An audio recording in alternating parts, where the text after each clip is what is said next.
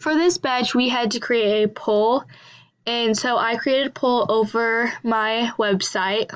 Like, I have 3 concepts, and so I put the poll at the end of my website for the second graders to evaluate me on how my website is.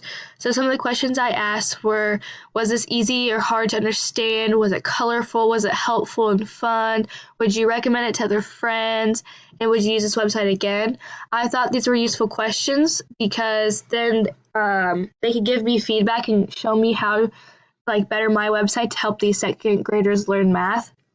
When they responded, I got this kind of chart, or I got multiple different charts that showed me what their answers. I asked 4 people to do it, and they all 4 answered the same questions, but there's not very variety in my answers here. But I can go to summary, I can go to each question and see, and I can go to the individual questions and see reports as well.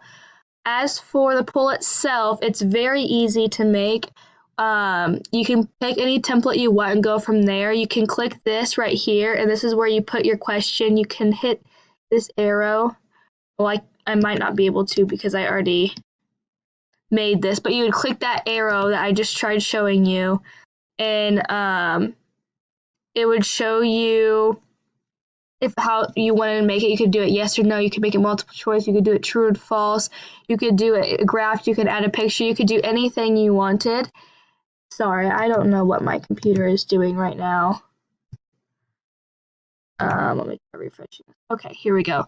But yes, it's very easy, and then when you're done, you can push send and email it to whoever you want, and then it'll automatically send the answers back to me. You can put the name or email, and you can also add if it's a correct answer or not. But this is a pretty easy poll to do, and it gives great feedback.